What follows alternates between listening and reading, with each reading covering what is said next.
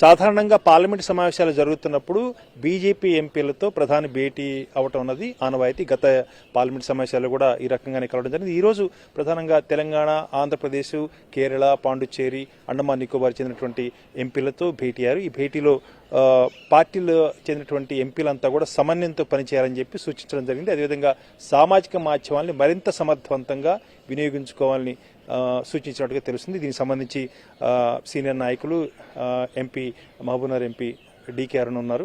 Madam, మీరు కూడా సమావేశంలో పాల్గొన్నారు కదా, ఎవరెవరు వచ్చారు, ఎంతమంది వచ్చారు, ప్రధాని ఏం చెప్పారు? సౌత్ ఇండియా సంబంధించి కర్ణాటక రాష్ట్రం తప్ప సౌత్ ఇండియా, తెలంగాణ, ఆంధ్ర, కేరళ, అదేవిధంగా పుదుచ్చేరి, అండమాన్ నికోబార్ ఎంపీలను బీజేపీ ఎంపీలతో ఈరోజు ప్రధానమంత్రి గారిని కలవడం జరిగింది. పార్లమెంట్లో కలవడం జరిగింది. సో ఈ సందర్భంగా వారు అందరి ఎంపీలకు సంబంధించి పెద్ద ఎత్తున ప్రభుత్వ పథకాలను కానివ్వండి, ప్రజలతో మమేకమయ్యేటటువంటి కార్యక్రమాలను కానీ పెద్ద ఎత్తున రూపొందించుకోవాలని, ప్రజలతో మమేకం అవ్వాలని, ప్రజలతో మమేకం కావడానికి ఏ రకంగా మనం ముందుకెళ్లాలి, ఏ కార్యక్రమాలతో మనం ప్రజలతో మమేకం అవుతాం విషయాలపైన ప్రధానమంత్రి గారు మమ్మల్ని అందరినీ కూడా గైడెన్స్ ఇచ్చారు.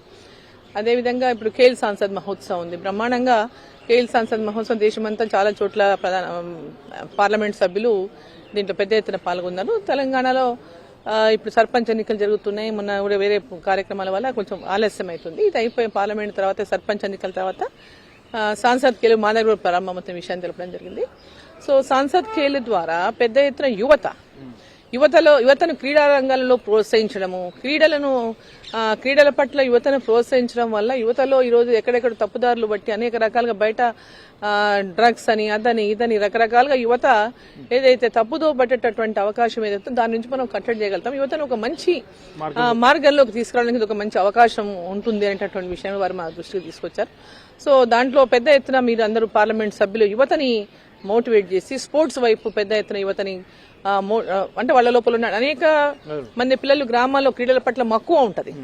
బట్ వారిని ఆ క్రీడలలో ఆడిపించి వాళ్ళ లోపల నైపుణ్యాన్ని బయటకు తీసుకోవడం కూడా ఒక కార్యక్రమంగా తీసుకుని పార్లమెంట్ సభ్యులు దీనిలో కూడా మీరు పెద్ద ఎత్తున పాల్గొని యువతను మోటివేట్ చేసి క్రీడా రంగం వైపు మరలించాలనేటువంటి విషయం కూడా వాళ్ళు చెప్పారు. అదేవిధంగా కేంద్ర ప్రభుత్వ పథకాలే గానీ, అదేవిధంగా పార్టీ పరంగానే గానీ బలోపేతం కావడానికి వారు సూచనలు, సలహాలు ఇచ్చారు.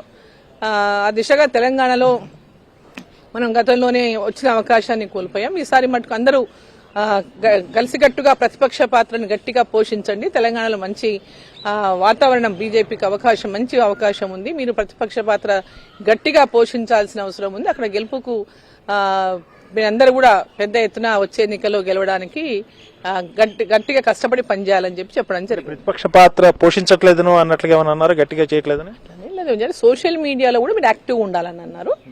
సోషల్ మీడియాలో కూడా మీరు చాలా యాక్టివ్గా ఉండాలా. సోషల్ మీడియాలో కూడా యాక్టివ్ ఉండడం వల్ల అనేక ఇష్యూస్ పైన ఇప్పుడు ప్రజెంట్ జనరేషన్ చూస్తే సోషల్ మీడియా వైపు ఎక్కువ ఆకర్షితులు అవుతుంది. కాబట్టి సోషల్ మీడియా కూడా ఎప్పుడు అటెంటివ్గా ఉండాలా. చాలా అంటే ప్రజల్ని మనం చేసేటటువంటి కార్యక్రమాలన్నీ వాళ్ళు చూసేటటువంటి విధంగా ఉండాలా. కేంద్ర ప్రభుత్వ పథకాలు కావచ్చు, మీరు చేపట్టేటువంటి కార్యక్రమాలు కావచ్చు, పార్టీ చేపట్టేటటువంటి కార్యక్రమాలు కావచ్చు, వీటన్నిటిపైన కూడా సోషల్ మీడియాలో మీరు అందరూ చాలా అటెంటివ్గా ఉండాలి, యాక్టివ్గా ఉండాలని చెప్పడం జరిగింది.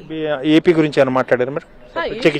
ఏపీ గురించి అంటే అందరినీ ఉద్దేశించి మాట్లాడారు. ఆల్ ఎంపీస్ ని ఉద్దేశించి మాట్లాడారు. ప్రత్యేకంగా అక్కడ ఒక్కొక్క రాష్ట్రం గురించి ప్రత్యేకంగా ఏం మాట్లాడలేదు. ఏపీ గురించి కూడా అందరితో అక్కడ ఎన్డీఏ గవర్నమెంట్ ఉంది కాబట్టి కోఆర్డినేషన్ తో అక్కడ పార్టీని అందరు కలిసి పనిచేయాలని చెప్పడం జరిగింది. ఒకప్పుడు గుజరాత్, హైదరాబాద్ మాత్రమే బీజేపీ గెలిచేది. ఒకప్పుడు హైదరాబాద్ లో 2 స్థానాలు 3 స్థానాలు ఉన్నటువంటి ఇది. అదే గుజరాత్ ఇప్పుడు ఏ రకంగా బీజేపీ అధికారం చేపట్టింది, ఇప్పుడు తెలంగాణ ఏ రకంగా ఉంది, మీరు పోల్చి చూసుకోవాలి అన్నట్లుగా ఏమైనా మాట్లాడారా?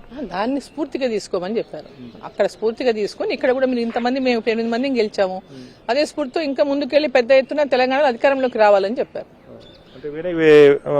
గట్టిగా ఏదో మీ క్లాస్ తీసుకున్నట్టుగా మీడియాలో ఎప్పుడు ఇది మామూలే. ఏదైనా సమావేశం జరిగిందంటే క్లాసులు తీశారు, పీకారు అని రాయడం అనేది ఇది వెరీ కామన్ అయిపోయింది.